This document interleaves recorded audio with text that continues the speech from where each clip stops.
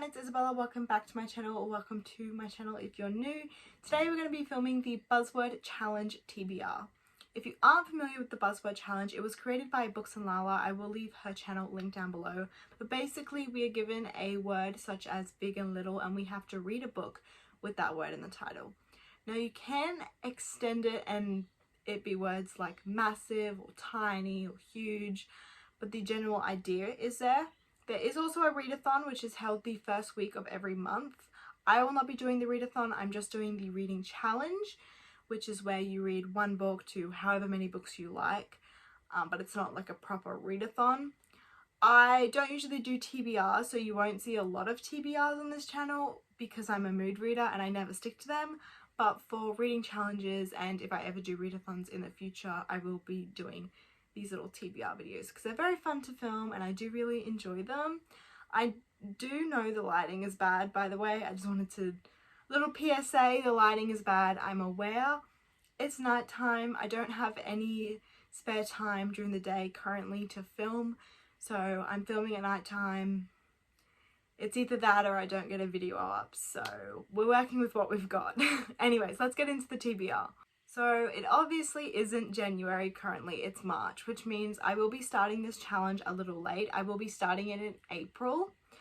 I would rather start it late than have to wait the entire year until next year to start it. And honestly, if you're watching this and you want to start the challenge, go for it. Like, you don't have to do it in January. You can start whenever you like, which is exactly what I'm doing. So for the month of April, the word I believe is big and little. So I chose little, and I'm going to be reading Little Women by Louisa May Alcott. Yeah, the classic, you know. This is like the simplified version. I do have like 3 copies of Little Women on my shelf, but this is like the simplified like version because it's a classic and I hate classics.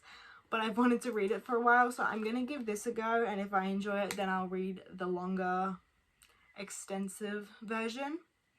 I think I did try to read this once before and I got bored, so we're going to try it again. I haven't really heard any bad things about this book, so maybe it's just me, but we're going to try it. And I am really excited. This is a very pretty cover too. Okay, moving on to May. May's word is directions. So this could be north, west, east, south, or it could be up, down, sideways, whatever. So I went with up, and I will be reading Holding Up the Universe by Jennifer Niven, the same author as All Your Bright Places. This was in my book haul. I'm really excited to read it. A little nervous because it is like a heavier book. I've just come to realize a lot of the books in this TBR are like heavy hitting books that I've just been putting off reading. But this one I haven't really been putting off reading because I only just bought it. But nevertheless, I'm super excited. And then June's theme is all. So we have to read a book with all in the title. Now I will say for June I will be reading all LGBT books except for these. So I will be doing a TBR for that month because I want to try and read as many LGBT books as I can. These will be the only books I read that won't be LGBT. And I have this book, which is All the Light We Cannot See. This is a very hard-hitting book. It's also kind of chunky. I know it's about war. Yeah, something to do with like Hitler's youth or something. I don't know. I just know that it's about war. And this, which I have already read, Turtles All the Way Down, but I've been wanting to reread it for so long. I'm not sure if it counts though because I've already read it, and the whole point of this challenge is to like read books off your TBR. So that's why I kind of put both on. Who knows? Maybe I'll get around to reading both. But we'll see how it feels when June comes. I know All Your Perfects by Colleen Hoover I was going to put on this TBR, but then I realised I'm probably going to be reading a lot of romances in June. So I'm not going to be reading that because I don't think I could deal with a Colleen Hoover book in June. So we're going to go with either one of these, or maybe both. We'll see. This camera keeps moving, so I apologise. But we're moving on to July and August. So July's word is bookish words. So things like library, books, reading, words, just any bookish word, I guess. And for this, I'll be reading The Dictionary of Lost Words by Pip Williams. So we have dictionary and words in this. I don't actually know too much about this. I'm not gonna lie, I know nothing about this book, but yeah, I don't know. I don't really want to read the back. I kind of want to go into it like not knowing anything. I just think it'd be fun. And then August is items/objects. So for this, I chose The Blackstone Key by Rose Melican. This is the first in a series. I don't have the rest of the series. I've had this probably longer than most of the books on my shelves. It's historical. 1795 is when it's set. It's about a key, obviously, and about a girl named Mary who meets this strange man. I don't know. I'm not gonna lie to you. I could read the blurb, but I don't really want to. Again, I think I'm gonna free will this one and go into it blind. There's some books that like you don't want to go into it blind, and then there's some books like these two that you kind of just, I'm gonna go in and just see what's given, you know? September's theme is light and dark, and for this I chose My Dark Vanessa by Kate Elizabeth Russell. Now I have tried to read this.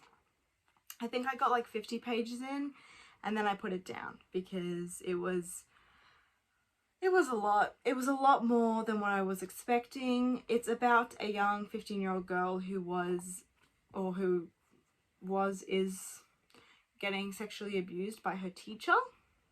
And it switches POVs from her when she was 15 and her now.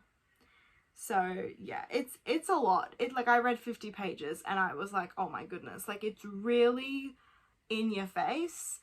But I have heard amazing things about this book. So I think I'm just going to try and read it. If I can't get through it, I will pick up another book. But I really want to try and get through this. So that's September's. And then October is Creatures and Animals. So I got this actually just the other day.